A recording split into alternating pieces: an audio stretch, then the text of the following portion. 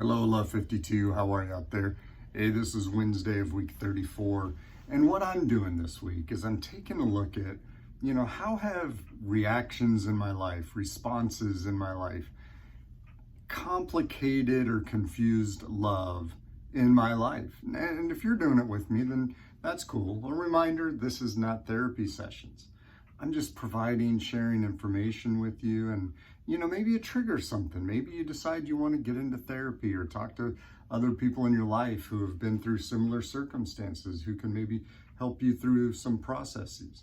Or maybe you want to reach out and just ask me a question or something, and I'm open to, just hearing the question, maybe giving an answer or suggesting therapy. We'll see, but I'm taking a look specifically at reactions or responses that took place in my life when it came to breakups, when it came to loss of connections, loss of attachments, because there was a time in my life when I was dependent. I needed other people to love me. I needed other people to give me interest, time, energy, and attention. I didn't know what it was called back then.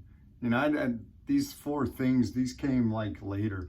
But there was a time when I needed people to show me love. I needed to feel loved by other people.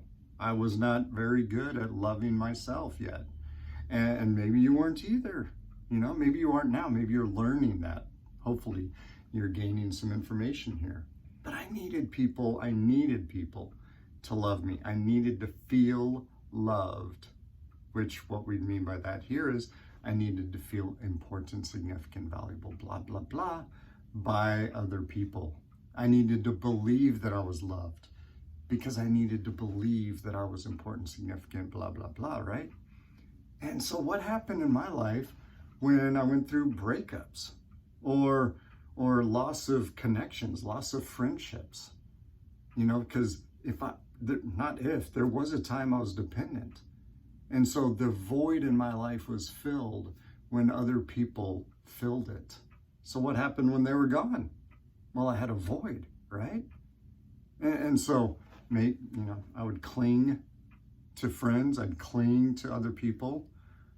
I would idealize when people would give me attention. So, a female starts giving me attention or saying hi to me, and maybe I start misinterpreting things and idealizing that, oh, maybe this can be a connection.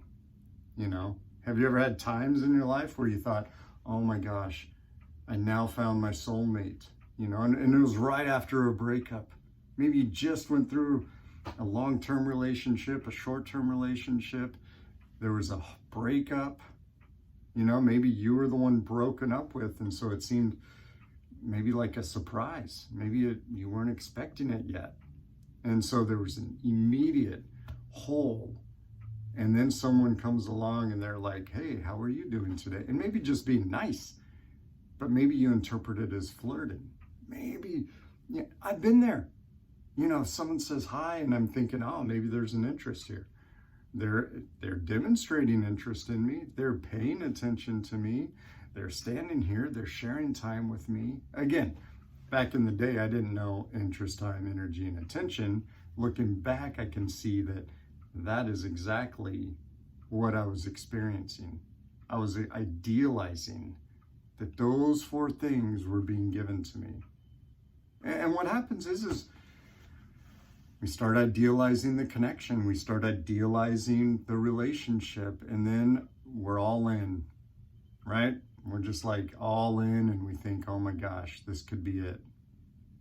But the problem is we didn't take time in the beginning really to get to know the individual, to find out, commonalities, belief systems, values, morals, blah, blah, blah, all that important stuff of relationships.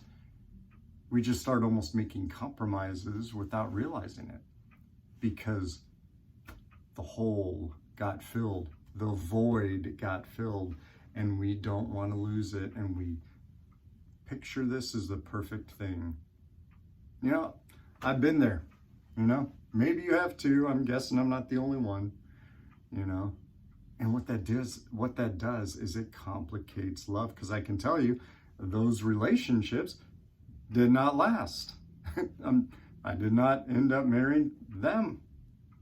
That's not what happened. They ended, because the ideal gets clarified at some point.